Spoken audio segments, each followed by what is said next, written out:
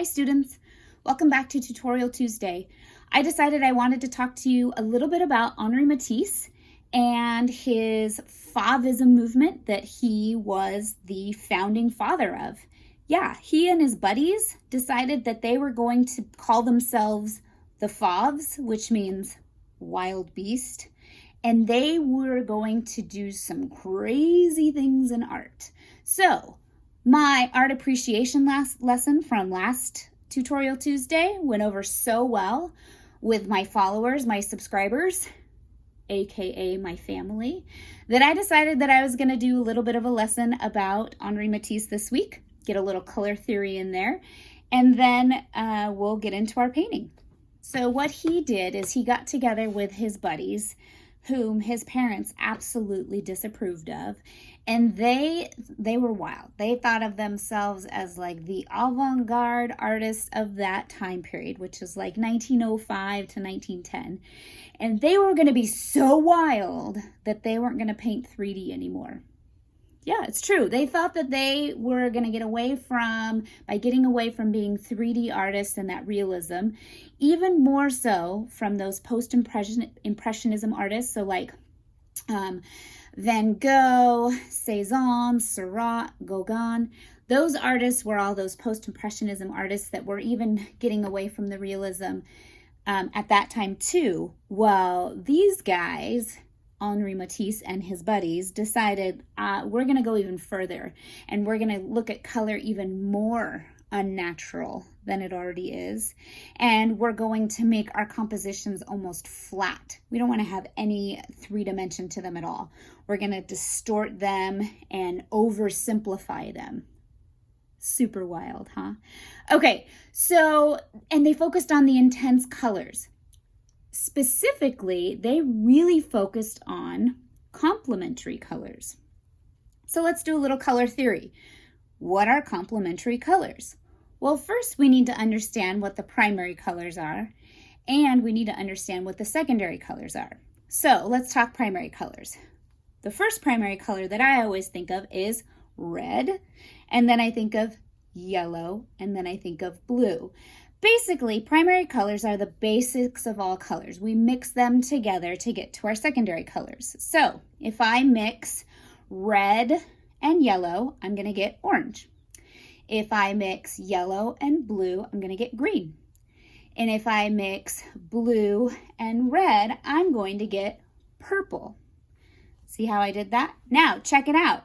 I have my complementary colors. Complementary colors are those colors that are opposite of each other on the color wheel. So red and green are opposite of each other. They're complements. Blue and orange are complements. Yellow and purple are complements. So you have our complementary colors. What those Fauvists did is they decided to put those colors next to each other to make their paintings bright and intense. And so they really focused on making sure that they had a really strong color theory and those complements, okay? This Fauvism movement actually is what led us into Cubism. Spoiler alert, that might be next week, but into Cubism art. This was one of the major movements of modern art that actually led us down those roads to abstraction. And yeah, we talked about Kandinsky, and he was a hugely abstract artist. I kind of put him out of order, but he was, I'm sure, influenced by the Van Goghs in the post-impressionism and Matisse in the Fauvism movement as well. So today's painting is going to be a goldfish painting. Now, why goldfish? Well, Matisse was obsessed with them. Literally, he was obsessed with the female human figure, and he was obsessed with goldfish. And honestly, a lot of his paintings have female figures with goldfish, and sometimes those female figures are like in a dreamy, like daydreaming, looking off into the goldfish world, probably wondering what they were doing in their tank or whatever. So it inspired me to paint a goldfish painting today. I'm using this picture this photograph that I found. And it's not even a goldfish tank, it's a bowl that they're in with a lily pad. And yes, this picture has some rocks and a turtle. I'm actually going to not paint those. I'm just going to focus on the goldfish and the lily pad and make that a part of my painting. So I was curious why Henri Matisse was so obsessed with goldfish. And what I found out is that he actually liked to have it be his focus because of the serene state of mind that it gave him. He wanted his paintings to be so simplistic that it was like an exercise in mindfulness. And that's why he often pictures the figures in his paintings with the daydreamy look, and that they're serene and often their own world and not worried about life, which I guess I could use a little bit of right now. So I decided I was going to get lost in my goldfish, have some sereneness, and do a Fauvist-like painting today. All right, let's get started on our goldfish painting. So actually today I'm not going to be using a big canvas, although I am using it as my background, but I have these clips holding up this awesome piece of flat paper that happens to be this Arteza acrylic pad. So it's for acrylic painting, and basically it's paper, it's cardboard that you pull out in these sheets, and then you fold it into these really cool canvases that you can mount on the wall or hang up. They even give you little holes to put it in. You can see I have some over on my wall over there.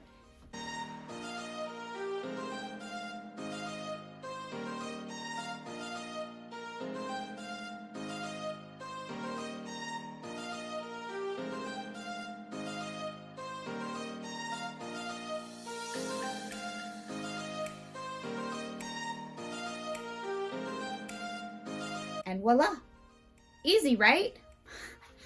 Took me a few times, it's no big deal. So like I said, on the back, there's these nail holes that you can just put a nail in the wall or a push pin in the wall. Ask your parents first, and put it up when you're all done.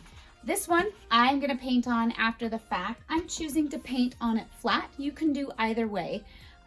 Just know that the sides right here are going to be the sides of the canvas that you're gonna be able to see when you're done painting, okay?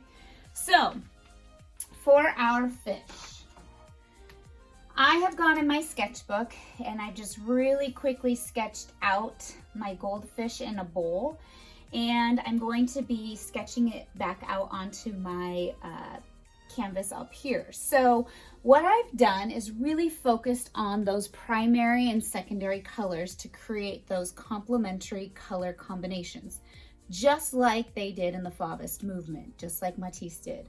So I obviously am using the orange for the goldfish, and I'm going to be contrasting that with blue in the water. So that orange and blue, those complementary colors, are going to be together.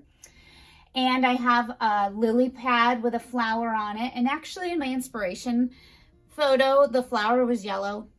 I'm not going to do that. I'm actually going to go red because green's complementary color is red. So I'm going to go along with that fashion as well.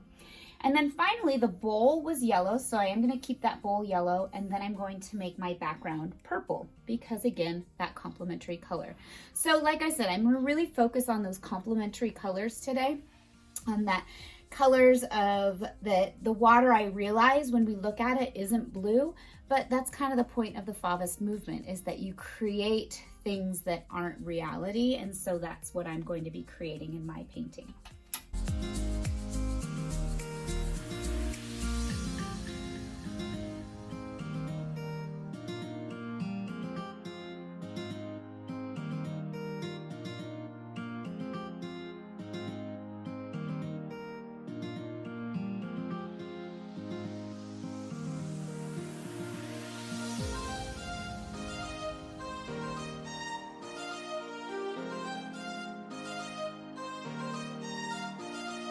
Craft Smart paints from Michaels, and I have just my red, orange, yellow, green, blue, purple. Again, I'm focusing on the simplicity of those colors. So I am going to go and paint my lightest color first.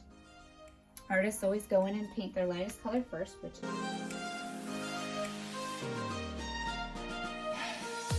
can see down there, I have my pencil marks. So like I said, if I don't want those to be there, I can go back in and make them disappear, okay? And create another coat of yellow on top of that. That's totally a thing.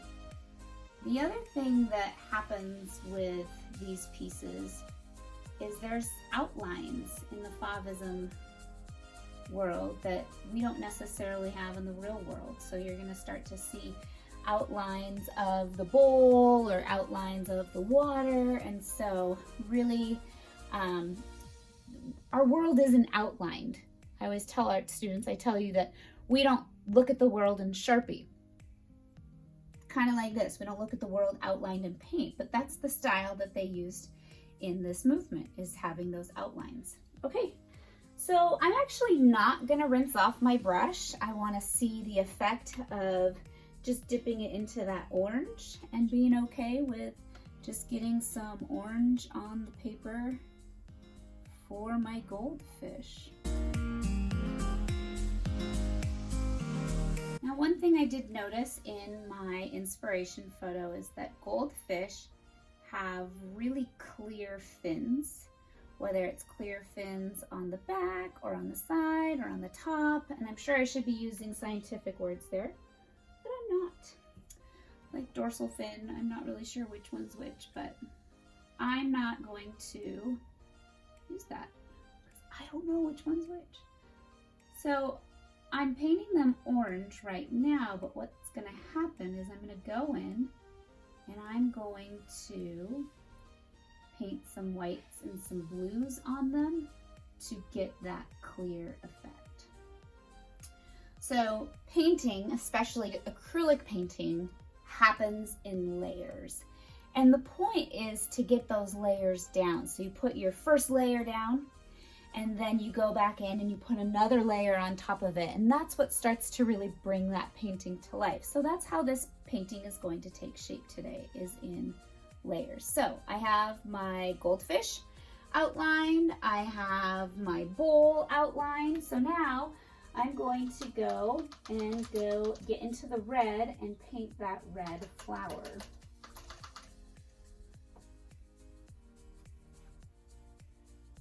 So again, this is my first layer.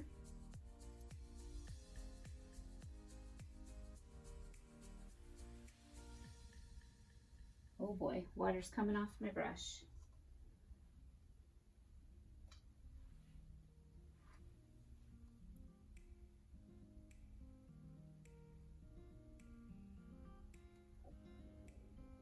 And you can actually use the shape of the brush to create the petals of the flower if you want. That's another way to handle it. So the nice thing about these paints being transparent, meaning that I can see through them, is I can see my pencil marks. The bad part is I can see my pencil marks. Why that's a good part, why that's good, is that I can now go in with my second layer. Once it's dry, I can go in with my second layer and I can get those parts to kind of add in those effects that I wanted to add into it. So there is a level of impressionism and post-impressionism in the brushstrokes in the Fauvist movement with Matisse. You can see he has some pretty thick brushstrokes as well, which I've come to discover is one of my favorite ways to paint. So I'm looking forward to going back in with my next layer to get those thick brushstrokes on top of that. One thing that I didn't do that I usually do is start with my background, start with the sky and put stuff on top of it. I'm not doing that this time, only because I really wanted to get that pure yellow down on the canvas first, and then I'll go around with my purple background after the fact.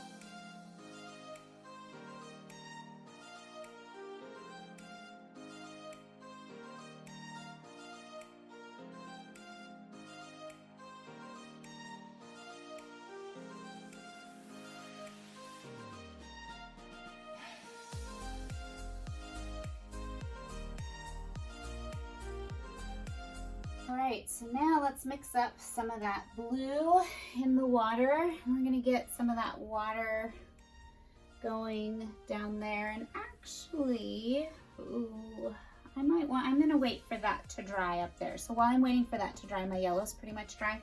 So I can go in and get my purple background. And my purple background, while I want it to be somewhat dynamic, I also want to have some brush stroke in there as well. And remember, I want to go along the sides here too, to make sure I get the sides of my canvas.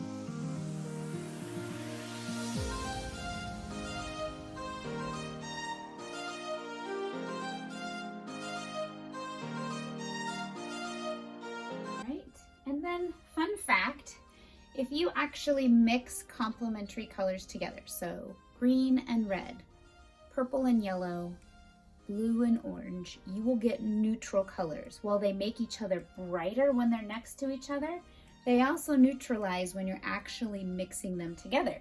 So in order to get the eyes of the fish, I'm not using any browns or blacks. I'm going to mix.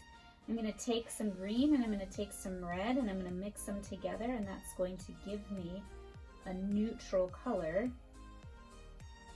that's going to be the color of the eyes of my fish.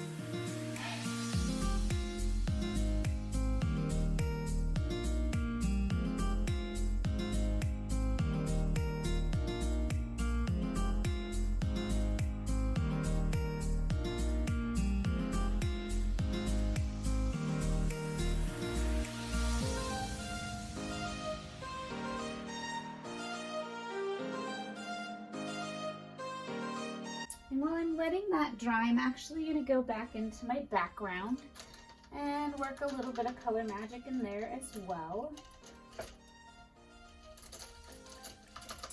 So if you look at a color wheel, the colors that are next to purple are going to be red on one side and blue on the other. That's how you get those tertiary colors of, we call purple actually violet.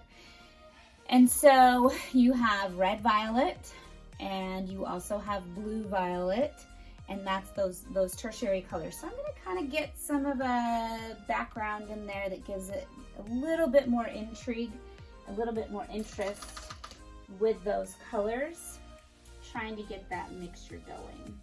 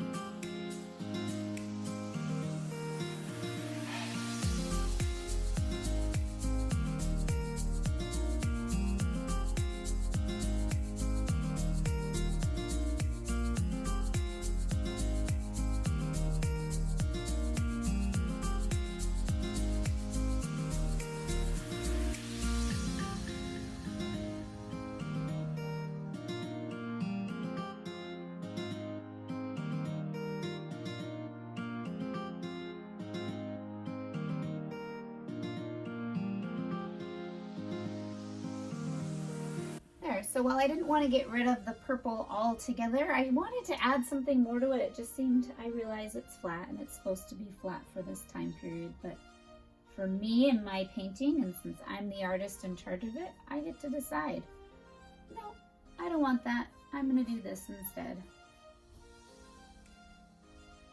Okay, so looks like I can get into my flower a little bit more.